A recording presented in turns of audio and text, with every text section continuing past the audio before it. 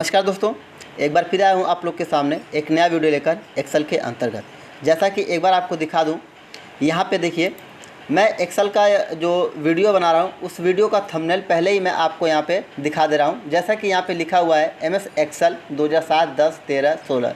इसमें हम सीखेंगे PMT, IPMT, PPMT क्या होता है। ठीक है, PMT क्या होता है, IPMT क्या होता है, PPMT क्या होता है, ये कैलकुलेट कैसे होते हैं एक्सेल के अंतर्गत। मेरे पास बहुत सारे कमेंट आते हैं फेसबुक पे और क्या नाम है कि इंस्टाग्राम पे और कुछ वीडियोस पे भी कमेंट आते हैं कि PMT, IPMT, PPMT के बारे में बताइए, इसका उपयोग कैसे होता है। तो मैंने इसको उचित समझा बनाना, मैं इसको आपको अच्छे ढंग से समझाने की कोशिश करूँगा और उम्मीद करूँगा कि समझ में आ जाएगा, बिल्कुल अच्छे ढंग से बताऊँगा। ठीक है, तो चलिए फिर स्टार्ट करते हैं अपने वीडियो को। यहाँ से इसको कट कर देते हैं।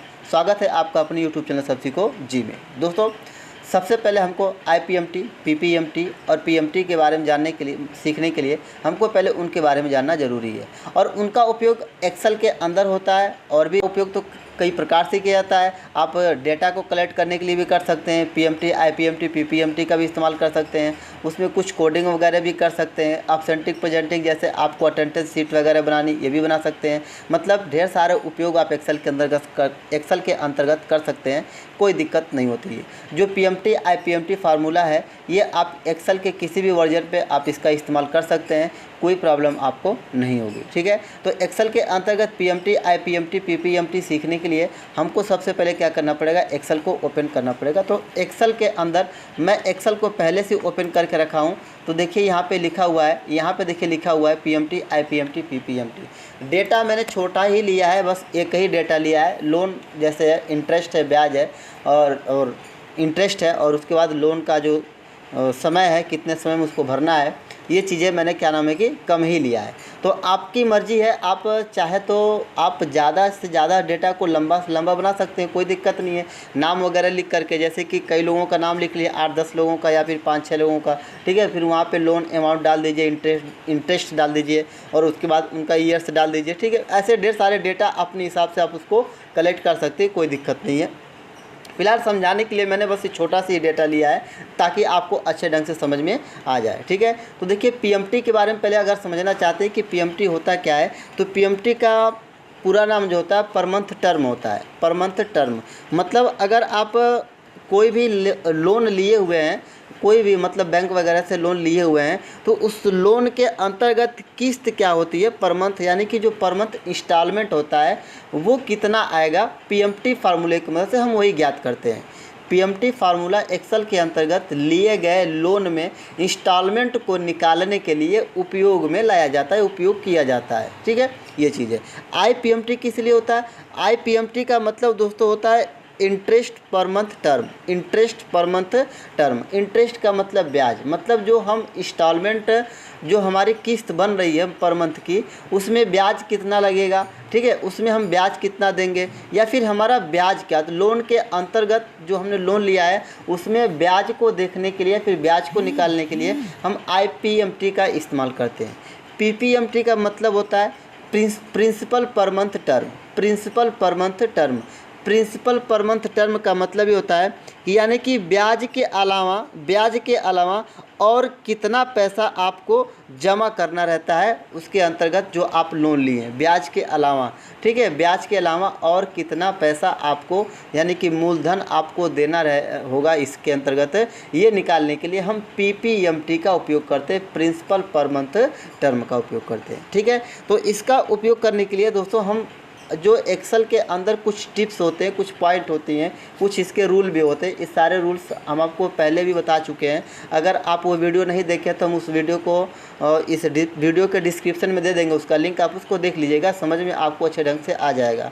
ठीक है, तो रूल ये है एक्सेल के अंतर्गत कि एक्सेल में कोई भी फार्मूला इस्तेमाल करने से पहले हम इक्वल का उपयोग करते हैं, और अगर इक्वल नहीं लगाते हैं तो हम जो उसमें टाइप किए रहते हैं, जो मतलब लिखे रहते हैं, ये वही वैल्यू फिर से क्या करता है कि रिपीट कर देता है, मतलब दे देता है, उसको कैलकुलेशन नहीं करता है। ठीक है, ये चीज़ है। तो ये एक्सेल का ये रूल है कि कोई भी फार्मूला इस्तेमाल करने से पहले आप उसका क्या करेंगे कि इक्वल का उपयोग करेंगे।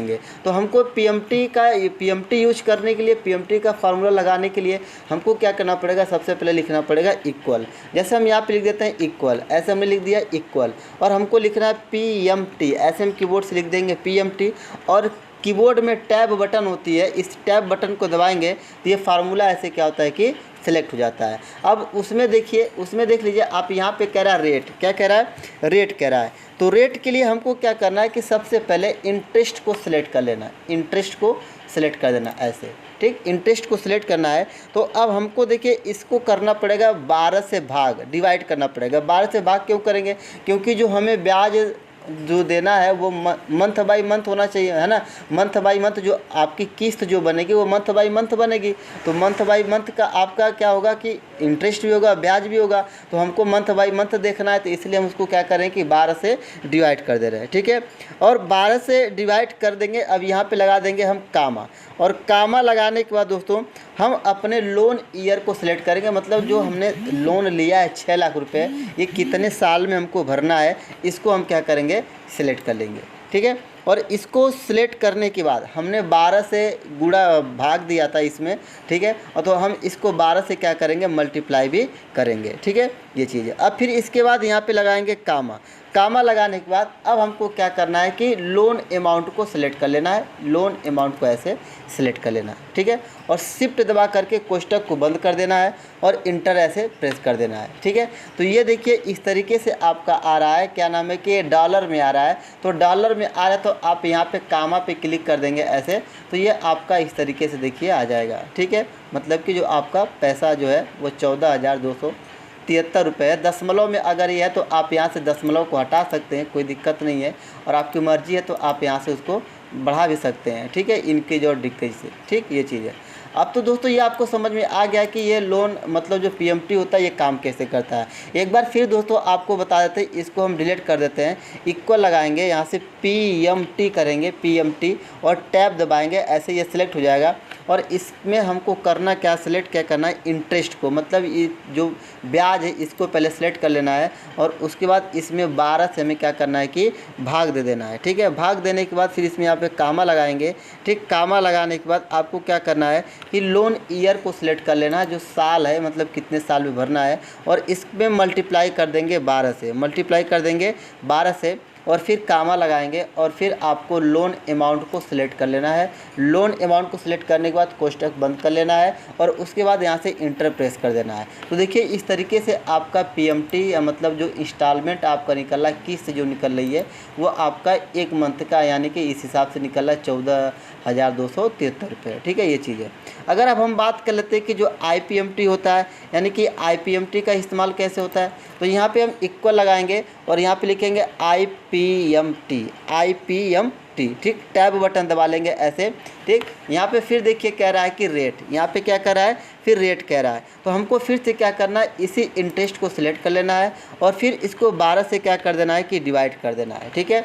अब हमको जो मतलब कि जो हमारा जो 14,273 रुपये जो आ रहा है, तो हमको ये महीने महीने भरना है या एक एक बारी बारी करके भरना है कि इकट्ठा जैसा भरना है। तो हमको पर मंथ बाई मंथ, तो हम यहाँ पे लिखेंगे 1, ऐसे लिखेंगे 1, ठीक है। मतलब कि हमको 1 मंथ का जो चाहिए ये चीज़ है ना। तो 1 लिखेंगे और उसके बाद यहाँ पे कामा लगाएंगे।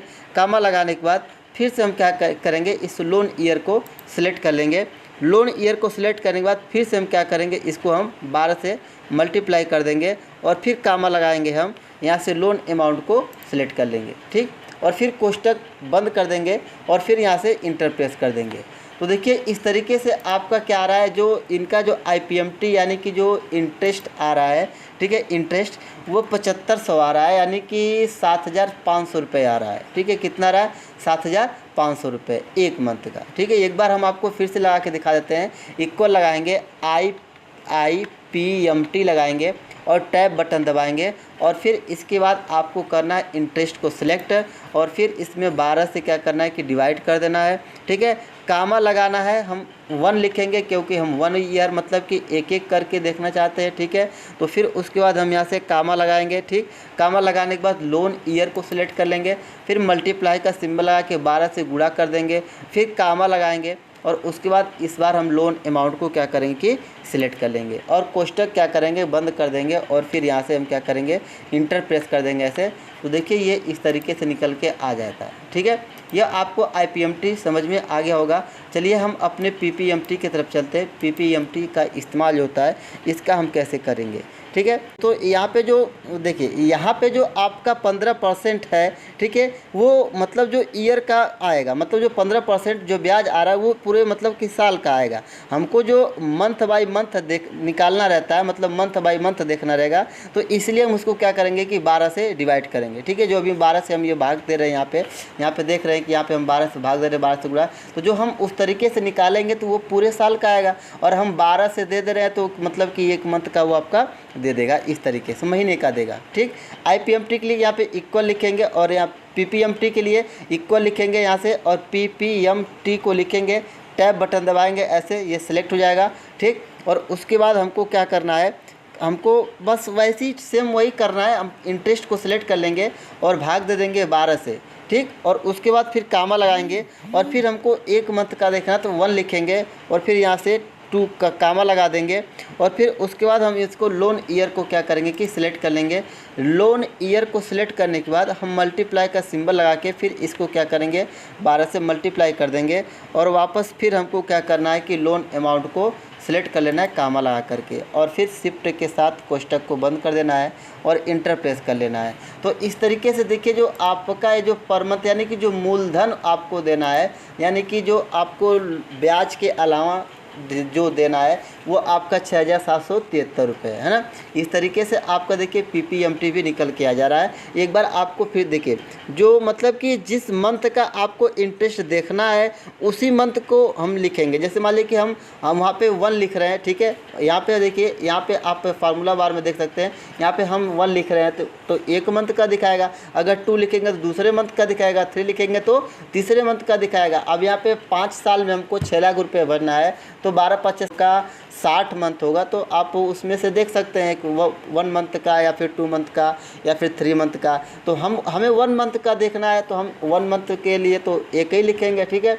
आपको दूसरे मंथ का देखना तो 2 लिखेंगे, आपको तीसरे मंथ का तो 3 लिखेंगे, आपकी मर्जी है, ठीक है। हम एक बार इसको डिलीट करके फिर से लगा के दिखाते हैं, इक्वल लगा करके फिर से PPMT, ठीक।